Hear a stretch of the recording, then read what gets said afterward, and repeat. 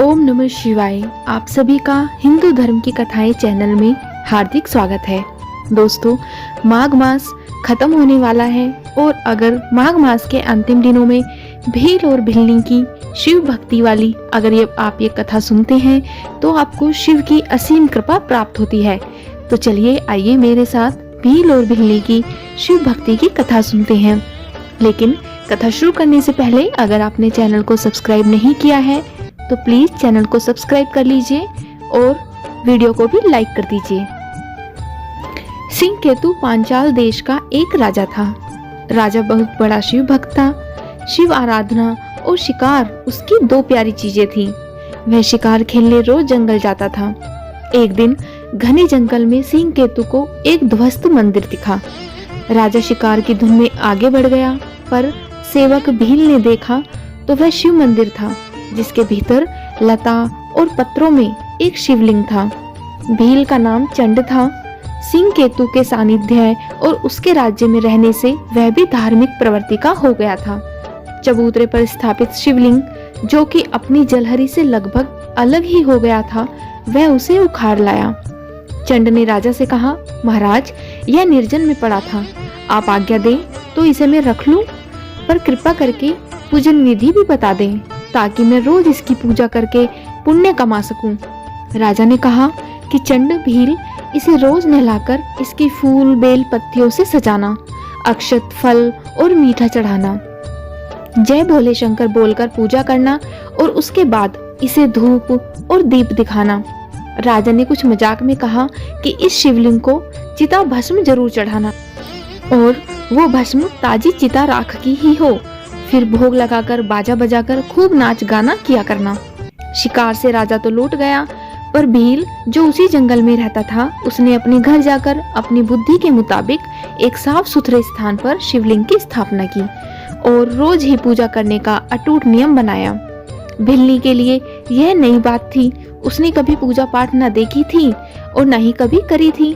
भील के रोज पूजा करने से ऐसे संस्कार जगे कि कुछ दिन बाद वह खुद तो पूजा न करती और न ही भील की सहायता करने लगी। कुछ दिन और बीते तो भिल्ली पूजा में पर्याप्त रुचि लेने लगी।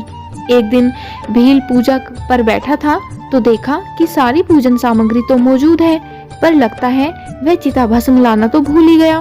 वह भागता हुआ जंगल के बाहर स्थित शमशान पर गया। आश्चर्य, आज तो कोई चिता जल ही नहीं रही थी।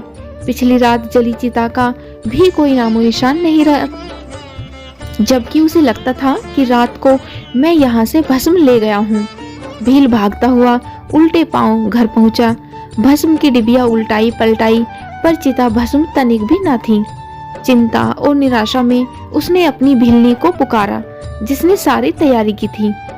भिल्ली ने कहा, आज बिना भस्म के ही पूजा कर लें, शेष तो सब तैयार है। पर भील ने कहा, नहीं, राजा ने कहा था कि चिता भस्म बहुत जरूरी है, वह मिली नहीं तो मैं क्या करूं? भील चिंतित हो बैठ गया। भील ने भिल्ली से कहा, प्रिय, यदि मैं आज पूजा न कर पाया तो मैं जिंदा न रहूंगा। मेरा मन बड़ा दुखी है और चिंतित भी है। भिल्ली ने भील की इस तरह चिंतित देखकर उसे एक उपाय सुझाया। भिल्ली बोली, यह घर पुराना हो चुका है, मैं इसमें आग लगाकर इसमें घुस जाती हूँ। आपकी पूजा के लिए मेरे जल जाने के बाद बहुत सारी भस्म बन जाएगी। मेरी भस्म का पूजा में इस्तेमाल कर लेना। भील नहीं माना और उन दोनों के बीच में बहुत विवाद हुआ। भिल्ली ने कहा, मैं अपने पति देव और देवों के देव महादेव के काम आने के इस अवसर को न छोड़ूंगी।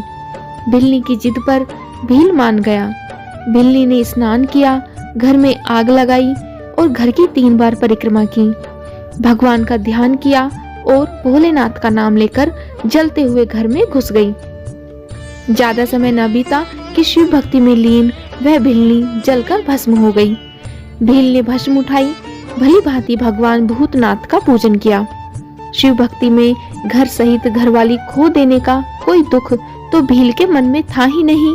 सो पूजा के बाद बड़े उत्साह से उसने भिल्ली को प्रसाद लेने के लिए आवाज दी।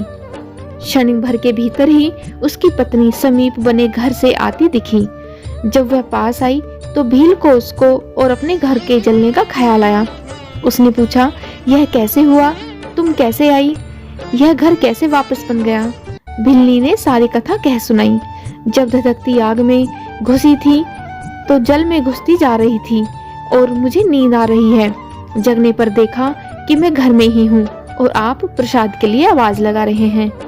ये सब बातें वो लोग कर ही रहे थे कि अचानक आकाश से एक विमान वहां उतरा। उसमें भगवान के 4 गण थे। उन्होंने अपने हाथों से उठाकर उन्हें विमान में बिठा लिया। गणों का हाथ लगते ही दोनों के शरीर दिव्य हो गए। दोनों ने शिव महिमा का गुणगान किया और फिर वे अत्यंत श्रद्धायुक्त भगवान की आराधना का फल भोगने शिवलोक चले गए। ये थी शिव भक्त भील और भिल्ली की कथा। इसको सुनने या पढ़ने से शिव की हमें अपार कृपा प्राप्त होती है। जय महादेव।